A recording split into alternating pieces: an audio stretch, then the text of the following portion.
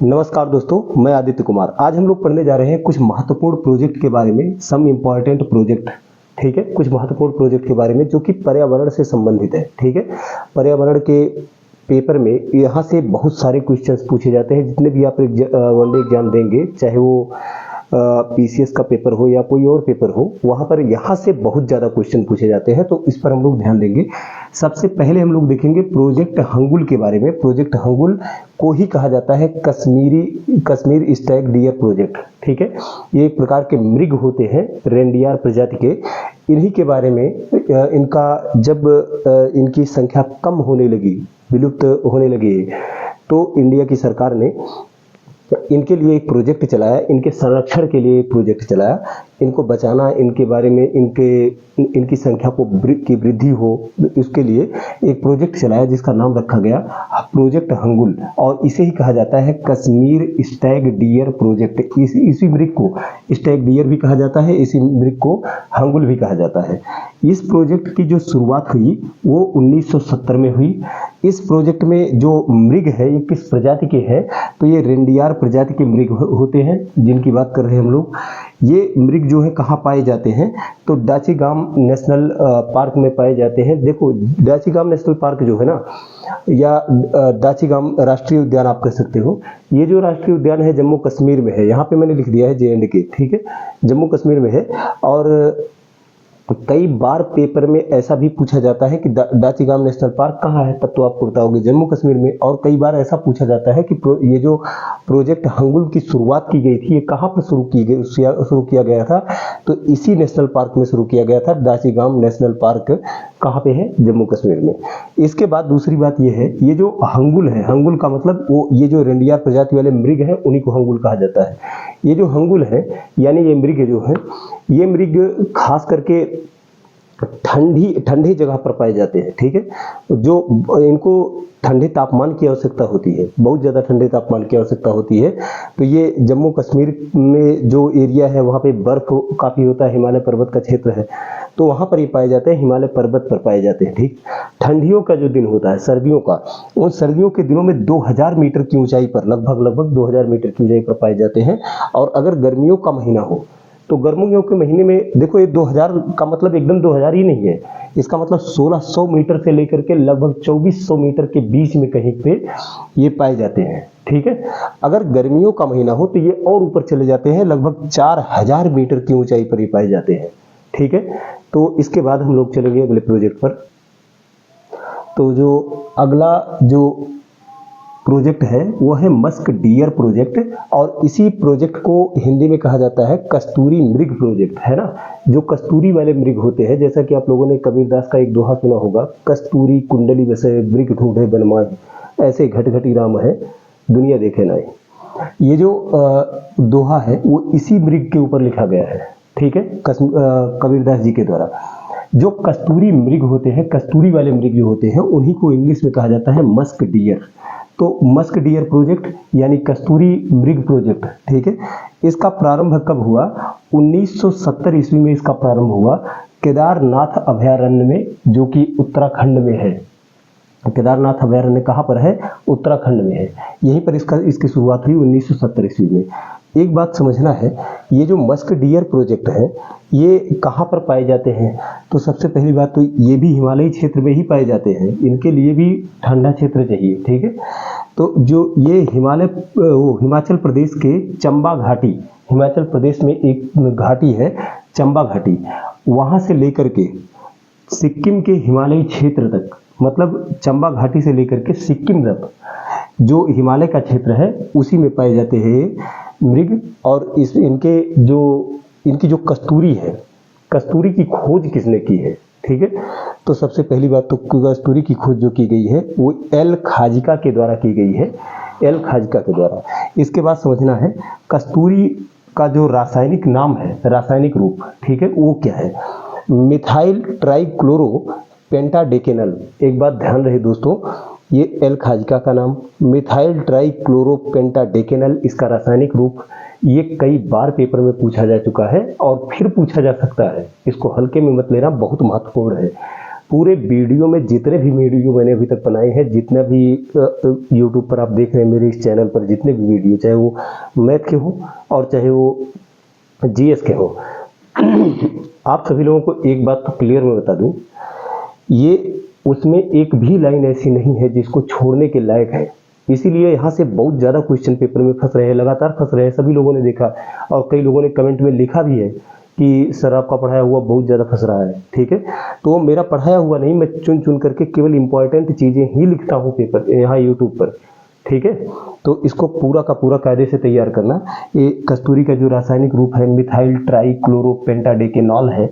इसके बाद कस्तूरी जो होती है मृग के किस अंग पर में पाई जाती है, किस भाग में पाई जाती है ना।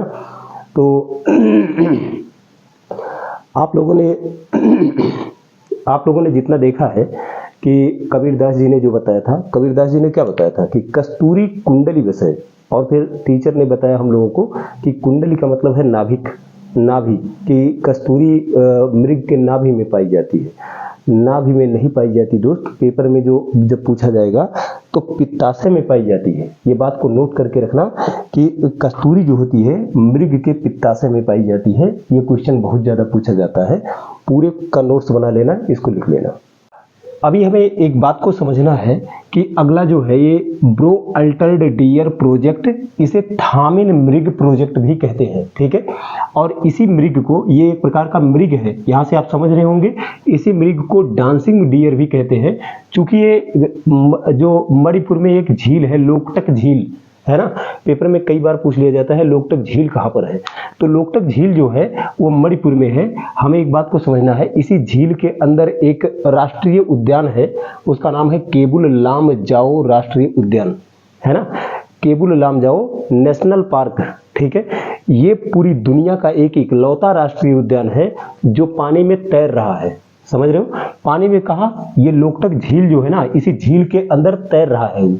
ठीक है, तो इसको तैरता हुआ विश्व का एक इकलौता राष्ट्रीय उद्यान भी कहा जाता है। तैरता हुआ विश्व का एक इकलौता राष्ट्रीय उद्यान कौन सा है, तो केबुल लामजाओ है। ठीक है, इसके बाद हमें समझना ये कहाँ पर है, लोकटक झील में है। अब ये जो मृग है ना, ये ब्रो अल्टर्ड का मतलब होता है, ये जो ब्रो का मतलब भौं होता है ना, भौं, इसका टेढ़ा होना, तो इनकी जो भौं होती है ना थोड़ा उठी हुई होती है, तो उसी की वजह से इन्हें ब्रो अल्टर्ड डियर कहा जाता है। ठीक है, और हिंदी में इनको कहा जाता है थामिन मृग प्रोजेक्ट। ठीक है, थामिन मृग कहा जाता है, तो उसी प्रोजेक्ट को थामिन मृग। अब ये जब इस झील में चलते हैं ना, तो वहाँ सर्किल सा बना होता है, ऐसे सर्किल सा बना होता है, थोड़ा ऐसे टेढ़ा मेढ़ा सा बना होता है। और ये डियर जो होते हैं, जो ये मृग है, जब इसमें चलते हैं ना, तो ये दिखने में ऐसा लगता है जैसे डांस कर रहे हो। दूर से अगर आप देखेंगे तो ऐसा लगेगा कि ये जो मृग है ये डांस करते हुए चल रहे हैं, और इसी वजह से इनको डांसिंग डियर भी कहा जाता है, या डांस मतलब नाचने वाले मृग, है ना, वो कहा जाता है। ये इस प्रोजेक्ट की जो शुरुआत हुई थी, ये 1977 ईस्वी में शुरुआत हुई थी मणिपुर में केबुल लामजाओ राष्ट्रीय उद्यान में, लोकटक झील में।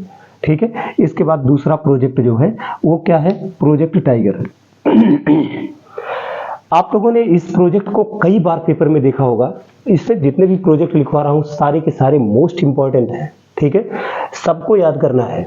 तो ये प्रोजेक्ट तो बहुत ज्यादा पूछा जाता है, प्रोजेक्ट टाइगर, और इसको कहा जाता है बाघ परियोजना हिंदी में। ठीक है, इसकी जो शुरुआत हुई थी, ये इसका प्रारंभ हुआ था 1973 ईस्वी में, और ये कहाँ पर शुरुआत हुआ था, 9 अभयारण्यों में इसका प्रारंभ हुआ था। ठीक है, 9 अभयारण्यों में, लगभग ये 9000 किलोमीटर में फैला हुआ है, 9100 किलोमीटर में लगभग ये फैला हुआ है। ये जो 9 अभयारण्य है ये पूरा का पूरा 9100 वर्ग किलोमीटर में फैला हुआ है। अभी इस समय इंडिया में अगर देखा जाए, इसी प्रोजेक्ट टाइगर के तहत कई टाइगर रिजर्व खुले हैं, ताकि टाइगर की ये जितने भी रिजर्व है, ये जितने भी प्रोजेक्ट चलाए गए हैं, ये इसलिए चलाए गए हैं कि जो कोई जानवर विलुप्त प्राय होने वाला होता है ना, तो उसको बचाने के लिए, उसके संरक्षण के लिए ये प्रोजेक्ट चलाए जाते हैं। ठीक है, इसमें एक बात को समझना है कि ये प्रोजेक्ट टाइगर के तहत कई सारे टाइगर रिजर्व खोले गए इंडिया में। कितने टाइगर रिजर्व अभी इस समय है प्रेजेंट टाइम में, तो ये 55 टाइगर रिजर्व अभी इस समय है इंडिया में। ठीक है, इसके बाद हमें समझना है कि अगला प्रोजेक्ट जो है वो है गिर लायन प्रोजेक्ट।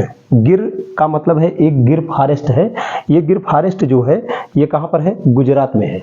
एक जंगल है, गिर नाम से एक जंगल है, अब तो गिर नेशनल पार्क हो गया है ना। तो पहले गिर फॉरेस्ट था। तो 1972 ईस्वी में इस प्रोजेक्ट को शुरू किया गया था। वहां पर जो शेर होते हैं ना, गिर में बब्बर शेर पाए जाते हैं, उनकी संख्या घट रही थी, पूरी दुनिया में घट रही थी। तो उनको बचाने के लिए ये प्रोजेक्ट की शुरुआत की गई थी। 1972 ईस्वी में शुरू की गई थी। ध्यान रहे कि 1973 ईस्वी में, यहाँ पे मैं लिख दे रहा हूँ, 1973 ईस्वी में एक गिर नेशनल, इसी गिर फॉरेस्ट को गिर नेशनल पार्क घोषित कर दिया गया था। गिर नेशनल पार्क। आपसे पूछा जा सकता है गिर नेशनल पार्क कहाँ पर स्थित है, कई बार पूछा गया है पेपर में, कहाँ पर है, तो गुजरात में है। ठीक है, इसके बाद अगले पर चलेंगे हम लोग। तो प्रोजेक्ट एलिफेंट यानी हाथी परियोजना, ये जो प्रोजेक्ट एलिफेंट है ये हाथी के संरक्षण के लिए शुरू किया गया। ठीक है, तो हाथी परियोजना, इसकी शुरुआत कब हुई, 1992 ईस्वी में शुरुआत हुई और सिंहभूम में शुरुआत हुई इसकी। सिंहभूम कहाँ पड़ता है, झारखंड में पड़ता है। ठीक है, इसके बाद देखेंगे क्रोकोडाइल ब्रीडिंग प्रोजेक्ट। ये जो क्रोकोडाइल ब्रीडिंग प्रोजेक्ट है, इसका मतलब है हिंदी में घड़ियाल प्रजनन परियोजना। घड़ियाल प्रजनन परियोजना। ठीक है, इसकी शुरुआत कब हुई, 1975 में हुई। और कहाँ पर हुई, तो तिकरपाड़ा में हुई। तिकरपाड़ा कहाँ पर है, उड़ीसा में है ना, उड़ीसा में। इसके बाद टर्टल कंजर्वेशन प्रोजेक्ट यानी कछुआ संरक्षण परियोजना। टर्टल कंजर्वेशन प्रोजेक्ट यानी कछुआ संरक्षण परियोजना, ये कब शुरू किया गया, 1975 में शुरू किया गया। कहाँ पर, कटक में। कटक में कहाँ, कटक कहाँ पर पड़ता है, उड़ीसा में पड़ता है। और कटक में भी एक अभयारण्य है, भितरकनिका अभयारण्य। ये पेपर में बहुत ज़्यादा पूछा जाता है, भितरकनिका अभयारण्य कहाँ पर है, तो उड़ीसा में है, कटक में है। ठीक है, तो इसी अभयारण्य में इसकी शुरुआत की गई। ठीक है, इसके बाद हमें समझना है कि इसमें ये जो जिस टर्टल को बचाने की बात की गई, कई बार पूछा जाता है किस प्रजाति के हैं। ठीक है, ये किस प्रजाति के कछुए हैं जिनको बचाने की बात हो रही, तो ओलिव रिडले, ये खास करके इनका जो मूल निवास है वो दक्षिण अमेरिका में है। ठीक है, और प्रजाति क्या है, ओलिव रिडले। ठीक है, तो इसके बाद अगला है प्रोजेक्ट राइनोसिरस यानी गैंडा परियोजना। ठीक है, ये किस तरह के गैंडे हैं, ये एक सींग वाले गैंडे हैं। ठीक है, एक सींग वाले गैंडे जो हैं, इनको, इनके संरक्षण की जो बात की गई, वो मतलब इसकी शुरुआत जो की गई ये प्रोजेक्ट की, ये 1987 में शुरू किया गया, 1987 में। और ये कहाँ पर शुरुआत की गई, तो असम में कई अभयारण्य थे जिनमें शुरू किया गया था ये, लेकिन खास करके पाए कहाँ जाते हैं, तो काजीरंगा राष्ट्रीय उद्यान में पाए जाते हैं, जो कि असम में है। पेपर में कई बार पूछा जाता है कि एक सींग वाले गैंडे किस राष्ट्रीय उद्यान में पाए जाते हैं, तो काजीरंगा राष्ट्रीय उद्यान में पाए जाते हैं, जो कि असम में है। ठीक है, तो अगला प्रोजेक्ट जो है वो क्या है, रेड पांडा प्रोजेक्ट यानी लाल पांडा प्रोजेक्ट। ठीक है, लाल पांडा प्रोजेक्ट ये एक प्रकार का जानवर ही होता है। ठीक है, प्रारंभ इसका कब हुआ, 1996 में इस प्रोजेक्ट की शुरुआत की गई।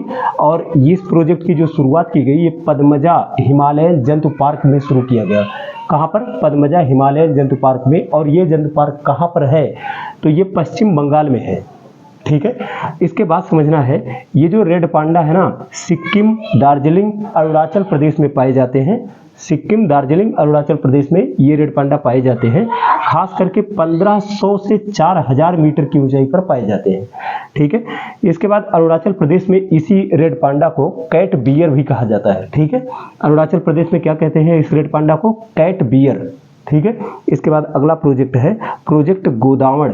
ये जो प्रोजेक्ट गोदावड़ है, इसको राजस्थान सरकार के द्वारा शुरू किया गया और 5 जून 2013 को शुरू किया गया, 5 जून 2013 को। ठीक है, इसका उद्देश्य क्या रहा, इसका उद्देश्य क्या था, the great Indian bustard bird, एक प्रकार की चिड़िया होती है। ठीक है, the great Indian bustard bird, इसी को बचाने के लिए ये प्रोजेक्ट गोदावड़ शुरू किया गया था। ठीक है, इसके बाद अगले पर चले, प्रोजेक्ट वल्चर या फिर वल्चर कंजर्वेशन प्रोजेक्ट यानी कि गिद्ध संरक्षण प्रोजेक्ट। ठीक है। इसका प्रारंभ कब हुआ? 2006 में प्रारंभ हुआ। हरियाणा वन विभाग तथा BNHS के द्वारा इसका प्रारंभ किया गया। BNHS क्या होता है? बॉम्बे नेचुरल हिस्ट्री सोसाइटी, ठीक है, इसका फुल फॉर्म है। ये दोनों के द्वारा मिलकर के इस गिद्ध संरक्षण प्रोजेक्ट को शुरू किया गया था 2006 में। एक बात को हमें समझना है, पशुओं को एक दवा दी जाती थी डाइक्लोफेनेक, ये दर्द का एक इंजेक्शन था। ये इंजेक्शन जब दिया जाता था, फिर उसके बाद वो जानवर मरते थे तो लोग ले जाकर के फेंक आते थे, तो एक गिद्ध और कुत्ते यही सब खा लेते थे, उनको नोच नोच के खाते थे। अब ये जो गिद्ध इनको खा लेते थे, तो यही दवा की वजह से अगर उस जानवर को ये इंजेक्शन लगा हुआ है डाइक्लोफेनेक का, तो और किसी गिद्ध ने आकर के उसका मांस खा लिया, तो वह गिद्ध बाद में कुछ दिनों के बाद मर जाता था। इसी वजह से इंडिया में गिद्धों का जो समापन हुआ, विलुप्त होने लगे, वो इसी की वजह से विलुप्त हुए हैं। ये क्वेश्चन पेपर में पूछा जाता है। इसके बाद हमें समझना है कि अगला जो प्रोजेक्ट, इसको ये सारा का सारा लिख लेना आप लोग जो नोट्स बना रहे हो उसमें। इसके बाद हिम तेंदुआ प्रोजेक्ट है ना, हिम तेंदुआ परियोजना या फिर प्रोजेक्ट, इसमें समझना है प्रारंभ में 2009 में इसका जो प्रारंभ हुआ वो 2009 में प्रारंभ हुआ। दार्जिलिंग में प्रारंभ हुआ। दार्जिलिंग कहाँ पर है? पश्चिम बंगाल में। तो इतना सब कुछ हम लोगों को ध्यान रखना है दोस्तों। इसी के साथ जय हिंद, वीडियो समाप्त करते हैं।